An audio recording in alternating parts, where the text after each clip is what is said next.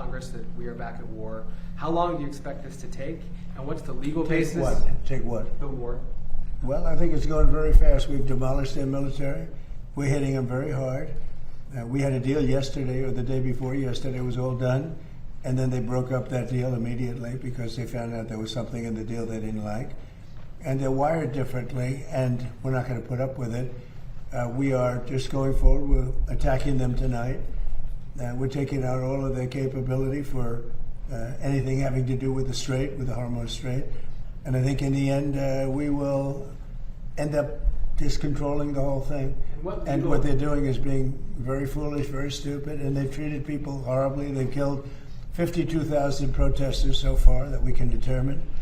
It might be more than that, but 52,000 protesters have been killed, and it's really a terrible situation. But we'll have it under control very quickly. Yeah, they are crazy, and we're not going to put it up. Yeah, I want to be reimbursed because we're protecting a very rich portion of the world. We're spending money, and so what we've done is we are going to be reimbursed for protection. We're protecting by the countries that we're helping. For instance, you look at the 5 countries. You have Saudi Arabia, you have UAE, you have Qatar, or Qatar as I always say, you have Qatar, Bahrain, and by the way, you have others. You have Kuwait, and you have others, and they will do very well, but we think it's appropriate that we don't need them. You know, we have more oil than any other country in the world. When you add Venezuela, which has been amazing, which has tremendous amounts of oil that we control, when you add Venezuela and everything else, we have more than 50% of the world's supply. We don't need it,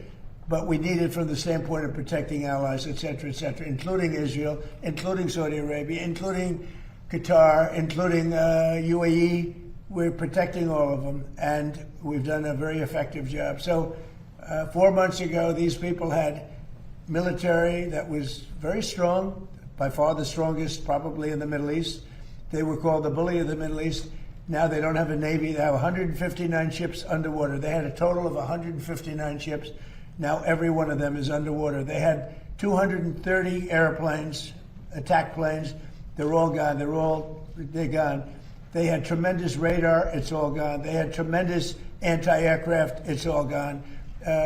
Sadly, their leadership is all gone. They had their first-tier leaders are all dead. Their second-tier leaders are all dead. Their third-tier leaders, who we're dealing with, more or less, some of them are already gone. And then you read fake news like your network, CNN, which is fake news. You read them, you have them say, well, actually, aren't they doing quite well? Let me just tell you, they have now inflation of over 300%. 4 months ago, they had inflation of 5%. Now they're at over 300, could be 350%. They made a deal, they broke it, probably 10 times. And they killed a lot of people. They killed our people. But the protesters, what they've done to the protesters, 52,000. Have you ever seen any of the burial lots where they're burying the protesters? They killed 52,000 protesters, and on my watch, they can't do any of that. So we have them in a position that they don't have any military. There's not a thing they can do about it.